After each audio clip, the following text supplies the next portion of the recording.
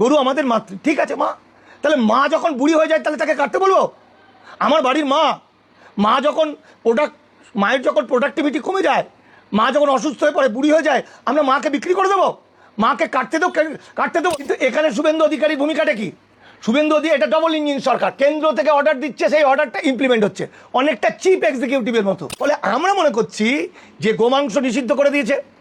আচ্ছা ভাই, নিষিদ্ধ করে দিয়ে সঙ্গে সঙ্গে মুসলমানরা রাগ করে বলে দিয়েছে ব্যাস আমরা গরু কাটবো না। তো গরু যেই কাটবো না বলেছে, এই যে মুসলমানদের অভিমান, আর পারবেও না, তার কারণ হচ্ছে 14 বছরের যে একটা গরু বাঁচে 16, 17, 18 বছর, তো 14 বছর মানে বুড়ি টুড়ি হয়ে যাচ্ছে। এবার গল্পটা হচ্ছে যে এটাতে এফেক্ট হচ্ছে গরুর তো মাংসটা শুধু নয়, তার শিং দিয়ে নানা রকম হচ্ছে, তার চামড়া দিয়ে প্রচুর কিছু হচ্ছে। গরুর চামড়া পশ্চিমবঙ্গের শুধু রাজ্য থেকে 5,000 কোটি টাকার বৈদেশিক মুদ্রা আসতো, 700 কোটি টাকার গোমাংস বিক্রি হতো এই কুরবানিতে। হ্যাঁ, আমি যদি তথ্য ভুল বলি, আমি যদি ভুল না বলে থাকি, একটু ভুল হতেই পারে, আমি ওভারঅল যেটা বলতে চাইছি এটা বুঝুন। ফলত এই রামায়ণ, মহাভারত, ভাগবত, পুরাণ, আমাদের ধর্মীয় গ্রন্থগুলো তো গোমাংস, গোধন, হিন্দুদের, ব্রাহ্মণদের তো অন্যতম খাদ্য।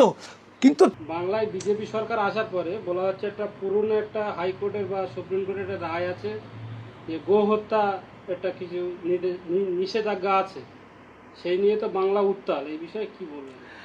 দেখুন, আমাদের বাম আমলে আমরা গণতন্ত্র, ধর্মনিরপেক্ষতা অনেকটা দেখেছিলাম। তৃণমূল আমলে আমরা একটা ছাতা পেয়েছিলাম। যাই হোক, যেভাবেই হোক, আমরা আমাদের একটা গার্জিয়ান আছে। কিন্তু বিজেপির আমলে আমরা কিন্তু এতদিন কত ধানে কত চাল বুঝিনি। বাম আমলে এবং তৃণমূলের আমলে আমরা আরএসএস কি জিনিস, তাদের নীতি আদর্শ কি, সেটা আমরা বুঝিনি। যে বাবা সাহেব আম্বেদকারের নামে যে সংবিধান বলি, বাবা সাহেব আম্বেদকর শেষ কথা ছিলেন না, তিনি ছিলেন খসড়া কমিটির চেয়ারম্যান। তার কারণ সেই খসড়া কমিটিতে ছিলেন বর্ণ হিন্দু রাজনৈতিক নেতারা। ফলত বিভিন্ন রকমভাবে এই সংবিধানের ভিতরেই লুকিয়ে আছে অনেকটা অ্যামিবার মতো। ভাইরাস তো সেরে যায়, মরে যায়, কিন্তু অ্যামিবা আজকে ঘুমিয়ে আছে, 100 বছর পরে আবার জেগে উঠতে পারে। যেমন কুকুরে কামড়ালে জলাতঙ্ক একটা ভাইরাস ঘটিত রোগ, সেরকম এই অ্যামিবার মতো সংবিধানের মধ্যে অনেক কিছু রাখা আছে, যেটা থেকে আজকে ইমপ্লিমেন্ট হচ্ছে, যেটা ওরা চেয়েছিল আরএসএস, বিজেপি তখন ছিল না, হিন্দুত্ববাদীরা সংবিধান প্রকাশের আগেই চেয়েছিল, যে কারণে সংবিধানের ভিতরেই আছে ইউসিসি, সংবিধানের ভিতরেই আছে গোহত্যা নিষিদ্ধ, সংবিধানের ভিতরেই আছে 341 নম্বর অনুচ্ছেদ, 1950 সালের 10ই আগস্ট, তার আগে যারা এই ভারতের শিডিউল কাস্ট তারাই একমাত্র শিডিউল কাস্ট। আরও অনেক কিছু আছে যেগুলো আরএসএস ইমপ্লিমেন্ট করছে। বুঝতে হবে যে আরএসএস একটা পৃথিবীর সবচেয়ে বড় সংগঠন, এবং এই সংগঠনটা মুখের কথা নয়, এটা একটা অত্যন্ত শৃঙ্খলাপরায়ণ। তারা তাদের আদর্শ, তাদের নীতির জন্য তারা জীবনের শেষ দিন পর্যন্ত লড়াই করে যেতে পারে। তারা কিন্তু হিন্দুত্ববাদী, মনুবাদী, তারা ঋষি মনুকে তাদের শ্রেষ্ঠ আইনজ্ঞ বলে মনে করেন, এবং তারা যে আইনগুলো প্রণয়ন করছে সমস্তটাই সংবিধান অনুসারে, কোনোটা কিন্তু জোর করে করছে না। আজকের শুভেন্দু অধিকারী, আজকে মুখ্যমন্ত্রী কি করবে? আমরা তো ডবল ইঞ্জিন সরকার এনেছি।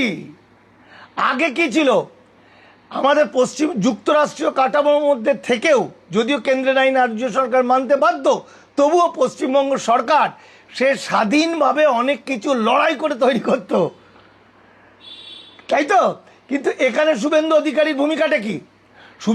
এটা ডবল ইঞ্জিন সরকার, কেন্দ্র থেকে অর্ডার দিচ্ছে, সেই অর্ডারটা ইমপ্লিমেন্ট হচ্ছে, অনেকটা চিফ এক্সিকিউটিভের মতো। তার ইচ্ছা অনিচ্ছার সামান্য মর্যাদা থাকতে পারে, কিন্তু পুরোটা নয়। শুভেন্দু অধিকারী যদি ইমপ্লিমেন্ট না করে, তাহলে অন্যজন এসে ইমপ্লিমেন্ট করবে, অশোক কীর্তনিয়ার মতো কেউ এসে ইমপ্লিমেন্ট করবে, তাকে নির্দেশ দেওয়া হচ্ছে, সে পালন করছে। সে এখানে সে কেউ নয়, সে কেউ নয়, সে প্র্যাকটিক্যাল কাজ করার একটা বড় সংগঠক, তার অনেক যোগাযোগ, সে সেই জায়গা থেকে দায়িত্ব পেয়েছে, দায়িত্বটা পূরণ করবে, কিন্তু সে কোনোটা নিজের দায়িত্ব দিচ্ছে না, সে কিন্তু আইনের বিষয়গুলো তুলে ধরছে। যেটা দেখুন একটা খুব ইন্টারেস্টিং বিষয়, খুব যদি ভালো করে লক্ষ্য করুন, এই যে বুলডেজার দিয়ে ভেঙে দেওয়া, এই যে এনকাউন্টার তো শুরু হবে, এই যে বুলডেজার দিয়ে ভেঙে দেওয়া, আমরা চোখ বুজে ভাবতে পারছি না যে ঠিক উত্তরপ্রদেশের ছবি দেখছি। উত্তরপ্রদেশে যেটা যোগী আদিত্য করেছিল, দেখুন উত্তরপ্রদেশে ওয়াকআপ মামলায় ওয়াকআপ আইন হয়ে যাওয়ার পর কিন্তু উত্তরপ্রদেশ সরকার একদম মসজিদ মাজার মক্তব ভাঙা শুরু করেছিল। পশ্চিমবঙ্গ সরকার বলছে আমি ভাঙবো না, ভাঙেনি কিন্তু সরকার যতদিন ছিল। এবার এ তো ভাঙতে বাধ্য, কারণ এটা তো ওয়াকআপের ৭৩টা মামলা ছিল, ৭৩টা মামলায় মুসলমানরা হেরে গেছে, নওশাদ সিদ্দিকীরা মিথ্যা করে বলেছে জিতে গেছি। তো শুভেন্দু অধিকারী ইমপ্লিমেন্ট করতে বাধ্য, কারণ এটা আরএসএসের নীতিগত সিদ্ধান্ত। মনে রাখতে হবে, আরএসএস কখনোই হাড়ি বাগদি কেওট চাঁড়াল কামার কুমোর তিলি চাষাকে হিন্দু বলে না।